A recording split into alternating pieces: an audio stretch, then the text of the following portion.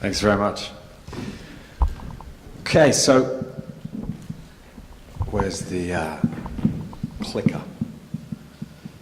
Have you wandered off with the clicker? Oh, yeah. You can click for me if you like. It's fine by me. Oh, there we go. So, good morning. My name's John. I run Yext here in London. This morning I'm going to talk a little bit about disruption in search. But first of all, I want to introduce you to my co-presenter. I don't know if you noticed that when you were presenting, every time that you used the word Alexa, there was a little bit of noise from underneath the podium. Did you notice that? That's because Alexa's here, and she was listening. Although we did turn the volume down a little bit, so hopefully it wasn't too off-putting. So my first question for everybody here, let's just turn the volume up a little bit. Alexa? Cool, we're good. Does anybody use any of these devices? So does anybody have either an Echo? I didn't catch that. I'll get to you in a minute. So, an Echo, Google, do you use Siri, Cortana? Quick show of hands. Quick show of hands. All right, that's pretty high. So at the moment, the estimates are that around about 10 to 20% of people are currently using digital assistants in some way. So it may just be using voice search and Siri, but this is big, and this is really taking off. So they always say sort of never present or never work with children and animals, yeah? They should include digital devices, yeah? But we're going to give this a little test. So I just want to kick off with just introduce you to Alexa, my co-presenter. So Alexa, are you ready? I'm ready when you are. Good start. Alexa, do you have a family? Echo Dot is part of the Amazon family and closely related to Echo, Amazon Tap and Fire TV. Alexa, do you have a job? See what I mean? Alexa, do you have a job? My job is to help you, however I can. Nice. Alexa, where do babies come from? I think they come from the stalk. Alexa, where do babies come from? I think they come from the stalk. She's let me down today. She's let me down. Alexa, do you have a brain? I don't have a brain like you do. My intelligence lives in the cloud. Okay, look, a bit of fun just to get us started. The thing about Alexa is she doesn't have a brain as we do. She is powered by data, by structured data. That's what brings her knowledge, intelligence. That's what allows her to feed us information. And so the big thing that I want to talk about this morning, very briefly, is around structured data is eating the web, and particularly eating search. So when we search, actually, the days of these 10 blue links are diminishing. And in certain areas, they are completely gone. Because when you search, actually what you tend to get these days is less web results and more knowledge. So I don't know if you've seen this before. I'm sure you have. On desktop, it's on the right-hand side. On mobile, it's the first thing that you see, and it's called the knowledge card. These are facts about the thing that you have just been searching for. And the other thing that is kind of being fired up at the moment is not just sort of facts in the knowledge card that are these structured answers, but it's also maps as well. So if you start putting in searches around things like, the image has gone a little bit funny there, but buy a car, you get maps. If you then go into a bit more detail, you get granular and use a branded search and say Discovery Land Rover, you get the knowledge card, you get price, you get statistics, you get facts about the Discovery Land Rover. If you say to Siri, where is the nearest Tesco, you get a map. You also then get a voice response telling you where that is, and you get one response. If you go for non-branded groceries, you get a map. Handbag stores, a map. Banks, a map. Gluten-friendly restaurants, a map. Guess what? Pet-friendly hotels, which I thought was a little obscure, but then I don't have any pets. A map. If I go back to Alexa, Alexa, what is McDonald's? McDonald's Corporation is the world's largest chain of fast food restaurants, serving around 68 million customers daily in 119 countries. So Alexa understands nuance now. So if I now say, Alexa, where is McDonald's? I found a McDonald's nearby. It's 1.7 kilometers away on 67 Holborn in London. It's open from now until 5 p.m. Alexa, who is Ronald McDonald? Ronald L. McDonald, a member of the McDonald family and an author who wrote Ronald McDonald's International Burger Book, The Complete Hamburger, The History of America's Favorite Sandwich and Ronald McDonald's Franchise Buyer's Guide. Alexa, how many calories in a Big Mac?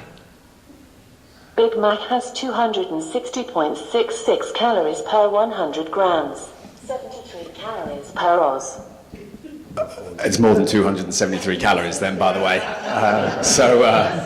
You know, it started off sounding okay, but that's per whatever it was.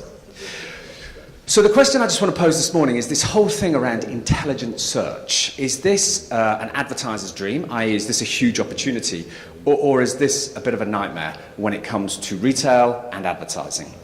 So if you think about where the facts around businesses sort of reside today and have done for the last 20 years, they have been sat on websites, on corporate websites. This is where the facts, this has been where the authoritative facts about your business have resided, okay? But that has significantly changed over the last few years because the facts about your business are now on maps, they're in voice search, and they're on knowledge cards. They're on Google. They're on Facebook. There's facts on Yelp.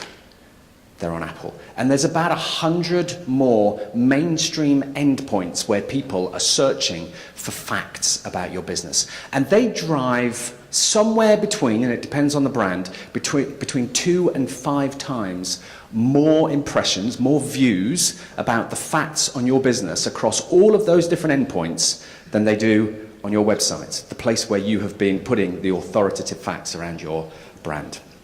They actually drive nearly 5 times more engagement actions. So things like driving directions, phone calls, maps. Engagements are happening on these other endpoints and are not happening on a brand's website. And we've covered off a little bit already about intelligent systems, and these are here today. This isn't stuff for the future. Voice is powering a lot of these intelligent systems. And Comscore say that by 2020, 50% of all searches will be voice search, okay? And even if that is overly inflated and it's 25% or 30%, it is significant. And the reason that it is significant is because think about the knowledge graph for a moment. The knowledge graph where all these facts reside is like a brain. Everything's connected in there. It needs to be in the brain. And if you're not in the knowledge graph, if you're not in the brain, if the facts about your business are not there, you just will not show up. And think specifically about voice. If I say, where is my nearest Italian gluten-free restaurant? And I'm not going to risk this one right now. Okay, but let's say I do. I'm going to get one result back on voice. And therefore, if you're not top of the tree, if you're not that one result that gets delivered back to the user, you are totally invisible to that user. 10 blue links on a page, it's irrelevant because I'm not going to look any further. I'm being told one answer. So therefore, in order to solve for this, you need to put all the facts about your business, the attributes, the knowledge about your business somewhere so that they can be discovered. And this is, in the hotel industry, this is around, what attributes are associated to hotels. It's the attributes associated to food services, it's menus, it's deep menu details about every line item, the characteristics that users are interested in, the address and phone numbers, that's just hygiene factors. Retail, it's about reward, it's about payment, it's product specs, it's seasonal sales, it's offers, it's events. All of these things are facts, they're attributes, they're deep knowledge attributes that need to be fed into the knowledge engine to then appear on all of these different endpoints. Financial services, it's ATM locations, it's biographies on people that are providing you financial services, it's holiday hours. All of these facts about your business need to be captured. And then it's beyond just words. It's imagery, it's deep, immersive engagement, photographs, it's videos. These things are attributes, they are facts associated to your business that need to be captured. And then there's reviews, stars, okay? So reviews actually drive a lot of engagement because they provide very rich and fresh and unique content. So Google says that the 3 things that drive ranking when you search for something are relevance. So when I walked to here from Southwark earlier, I wanted a coffee, so I searched for coffee, took me to a coffee shop. Great, the attribute of coffee was associated to that location. I didn't want to be taken to a grocery store or an optician's. I wanted a coffee shop. There was distance, so it then showed me places around me, so it's something on my route. If things aren't mapped empirically, I don't want to walk 3 miles away to get my coffee. And the final one, and this is one that Google has been shouting from the rooftops, and it's very unusual for Google to tell you how to win on Google. Okay, but they are shouting from the rooftops right now that prominence is incredibly important to be discovered as a business. And prominence, the main thing that can drive prominence is reviews. Because reviews are fresh and unique content that are unique to that particular location or brand that can then drive engagement. So, here's a quick example. Which of these would you choose? Would you go to Zorba's Greek Taverna, which is a 2-star and 25 reviews? Do you fancy Il Padrino at 2.9 stars and 44 reviews? Or you want to go to the Ledbury, which is quite expensive because it's got $3 signs, but it's 4.6 and 255 reviews. So it's a no-brainer. You know, we're making decisions based upon stars and number of people that have said that this is good or not. 60% of people say that star rating is the most important factor in a purchasing decision, and 87% of consumers won't even consider a business with a low number of reviews. Yeah, you could be 5 stars, but 2 people have said that. That was my mum and my sister. All right? So there needs to be this authenticity and consistency around. Lots of people are saying that this is good. So this is also very nuanced, and this is sort of just the last piece around why this is so important, okay? Look here, this was a search that I actually ran from my office in Soho, restaurants open at 10 p.m, okay? And what it did is it brought up 2 search results here. Berners Tavern, 4.4, 222 reviews, and Quaglino's, 4.1, 173 reviews. Both look pretty good, yeah? But now what I want is I want the best restaurant open at 10 p.m. That one word, that one little bit of nuance completely changes the results. And if you look, actually, it's now brought up Nopi, which is 4.5 stars. So 0.1 in the stars has actually knocked Berners Tavern off and given me Nopi. And Quaglino's and Viraswamy both have 4.1, but Quaglino's have 173 reviews and Viraswamy have 244. So they've knocked them off the top spot. This nuance around the different words that people are using to search are hugely important and are delivering back completely different search results. And if you're not there, if you're not featuring on the map, if you're not top of the tree, if you're not in the knowledge cart, if you're not in the knowledge graph, the knowledge engine, you will not be discovered as a brand. So the question here is, how do you maintain control of all of these facts and what people are seeing about your brand in this new age of intelligent search? Because if you think, users are on all of these different sites, they're having very different experiences across all of these. Your experience on Instagram is very different to your experience on Yelp, you know? So it's very different. Then you multiply those experiences by the number of locations, because this is very location specific, because we're searching on this thing, all right, which is all about location.